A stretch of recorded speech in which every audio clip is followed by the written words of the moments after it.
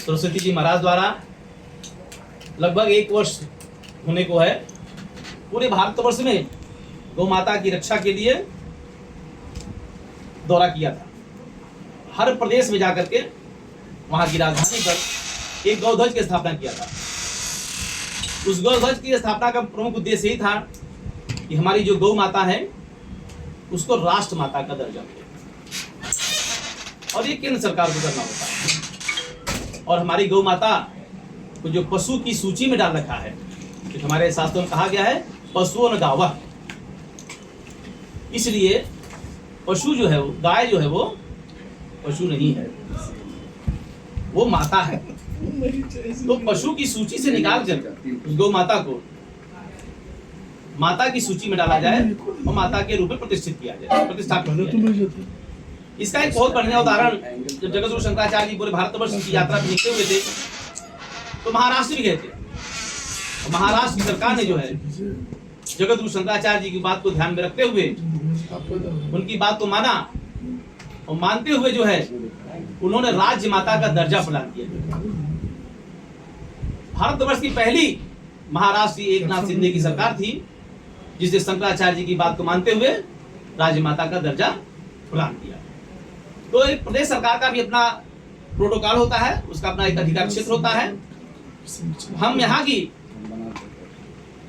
बिहार की सरकार से भी मांग करते हैं कि वो एकनाथ शिंदे की सरकार से कुछ सीखें और गौ माता को कम से कम राज्य माता का दर्जा जो वो कर सकते हैं वो प्रदान करें।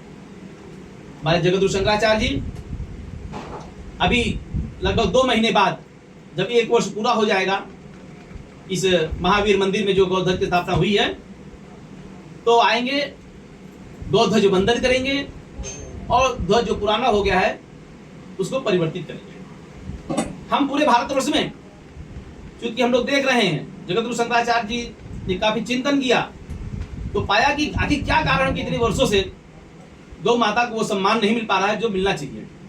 गौ माता हमारी राष्ट्र माता क्यों नहीं बन पा रही है?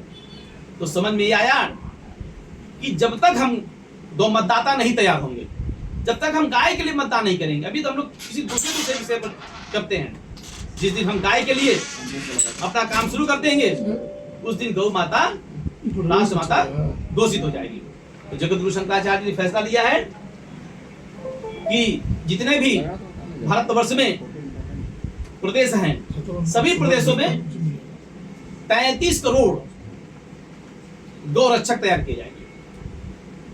वो जो गौ रक्षक होंगे वो गाय की बात करेंगे और गाय वाले के ही साथ अपने आप को खड़ा करेंगे। इसी उद्देश्य को लेते हुए हम लोग जगतगुरु शंकराचार्य जी के मिशन को आगे बढ़ाते हुए आज इस भारतवर्ष ध्वज यात्रा के क्रम में हम पटना में महावीर मंदिर पर हैं और महावीर मंदिर से जगतगुरु शंकराचार्य जी का नाता पुराना है, धार्मिक स्थल है, यहाँ पर आना जाना होता रहता है।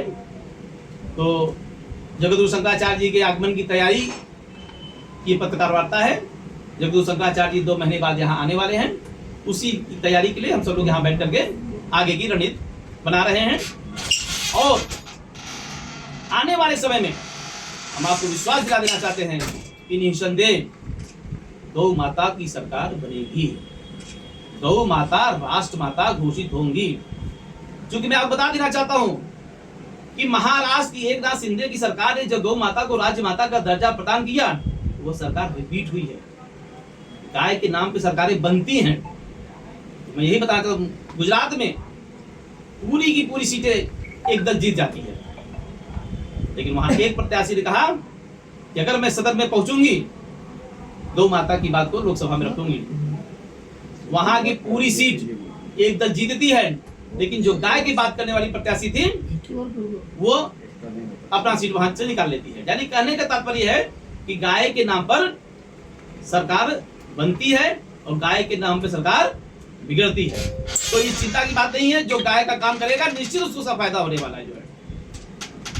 और गौ माता तो राज्य माता यहाँ की सरकार को घोषित करना चाहिए। ये बात हम कहने यहाँ पर आए यहाँ की राज्य सरकार से। राज्य माता का दर्जा देने पर गायों को क्या बेनिफिट होगी? देखिए, जब किसी भी चीज को शासन स्तर पर लागू किया जाता है तो फिर उसके लिए प्रोटोकॉल बनाया जाता है। जब प्रोटोकॉल बन जाएगा, जैसे ध्वज है, राष्ट्रीय ध्वज का प्रोटोकॉल है, आप पैर से छू के देखो राष्ट्रीय ध्वज को, सजा हो जाएगी। तो जब प्रोटोकॉल गाय के लिए बन जाएगा, राज्य माता का दर्जा प्रदान करेंगे, और जब प्रोटोकॉल बना देंगे तो हमारी गाय दर्द भटक पाएगी ना, फिर नहीं बढ़ेगी। जैसा आपने कहा महाराष्ट्र में राज्य माता की दर्जा मिल चुकी है, वहाँ क्या क्या चेंजेस हुए हैं? वहाँ पर बहुत सारे परिवर्तन हुए हैं। अभी हम लोग गए थे वहाँ पर जो है, तो एक तो सबसे बड़ा फायदा वहाँ ये होगा कि जो गौ तस्करी होती थी उस पर अंकुश लग गया है। गाय हमारी दर दर भटक नहीं रही है। सरकार कोशिश कर रही है कि गाय की ट्रैकिंग की जाए। अभी हम गए थे, बात किया, तो उन्होंने ट्रैकिंग के लिए जो है एक सिस्टम बनाया है। वो गाय जो हमारी जो देसी नस्ल की बेर लक्षणा गाय है वो हमेशा ट्रैकिंग पर रहेगी, और ट्रैकिंग पर रहेगी तो फिर गलियों में, सड़कों पर इधर उधर नहीं भटकेगी। अभी स्थिति पहले से बेहतर हुई है, समय लगेगा क्योंकि शुरुआत ही किया है, महाराष्ट्र सरकार ने भी शुरुआत ही किया है, लेकिन निश्चित ही जो है 2-4 साल में इसकी बहुत अच्छी बढ़ा। धन्यवाद।